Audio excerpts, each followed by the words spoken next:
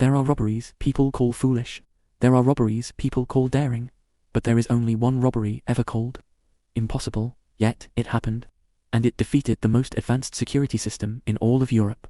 This isn't a movie plot. It's the true story of a heist so perfect, it rewrote the rules of what's possible. Welcome to Antwerp, the undisputed diamond capital of the world.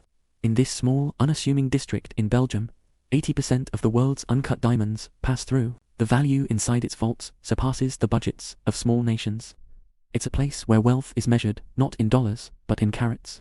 And to protect that wealth, the city built a fortress. The Antwerp World Diamond Center wasn't just a building.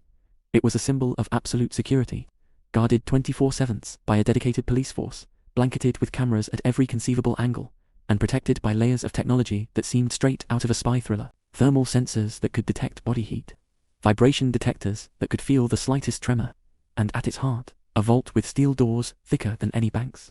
For decades, no one had ever breached it. No one, until one night. He wasn't your typical criminal. He wasn't reckless or flashy.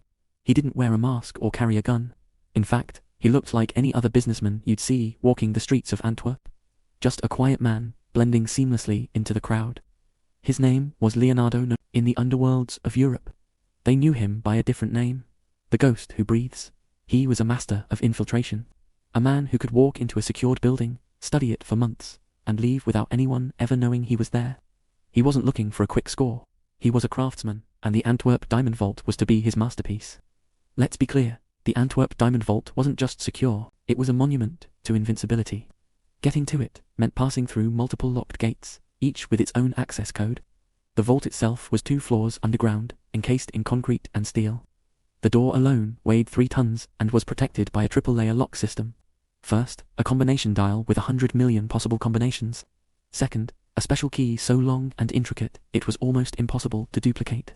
And third, a magnetic field that, if disturbed, would trigger alarms across the entire district. Inside, the room was wired with more than 100 sensors. Infrared, motion, seismic, light, you name it, they had it. A single mistake, one wrong step, would bring the entire security force down in seconds. But Notarbartolo wasn't searching for a major flaw or a gaping hole in their defenses. He knew there wasn't one. He only needed the smallest weakness. He found it in a place no one would ever think to look. In one corner of the vault room, where the overlapping fields of the security cameras created a tiny blind spot, there was a light sensor. It was designed to detect any change in the room's ambient light, like from a flashlight. It seemed perfect. The beam it cast was flush against the wall. But if you stood in the exact right spot, at the perfect angle, and looked closer, you'd see the beam hovered just millimeters from the wall, a gap so small you could barely slide a piece of paper through it. It was insignificant, it was negligible, but that tiny gap was enough for something no one ever imagined, a simple strip of black tape.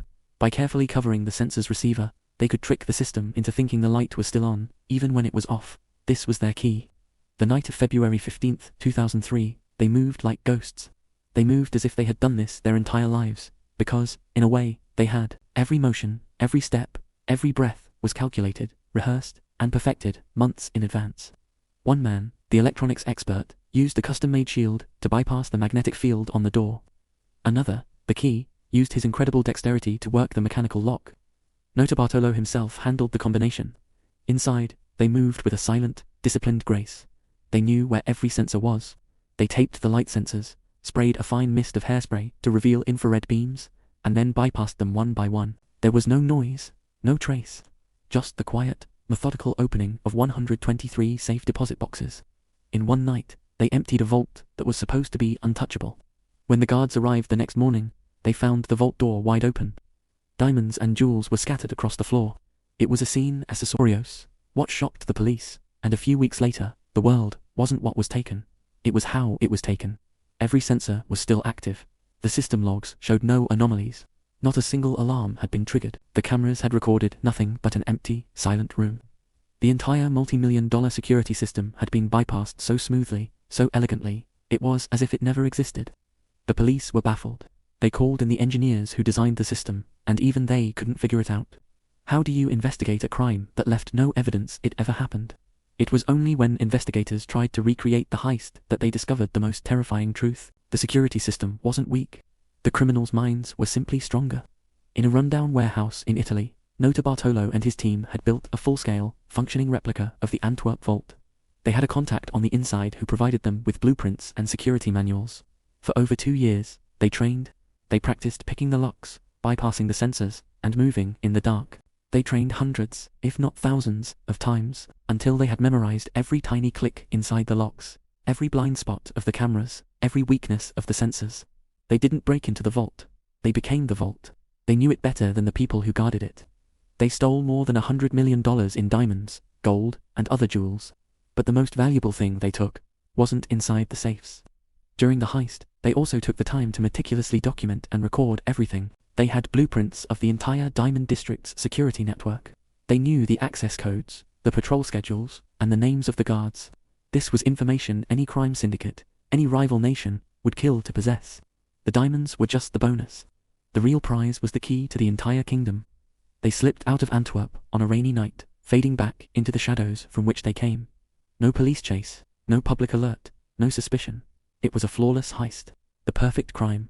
Flawless. Until one tiny, almost comical thing went wrong. A garbage bag.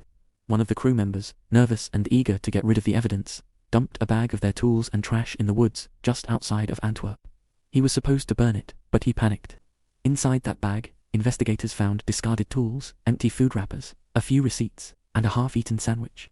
Attached to that sandwich was a trace of DNA, and next to it, on a receipt from a local store, was a fingerprint. One single, solitary fingerprint that belonged to Leonardo Notarbartolo. It was the one mistake that unraveled everything. The police tracked him down and arrested him. The other members of the crew were eventually identified.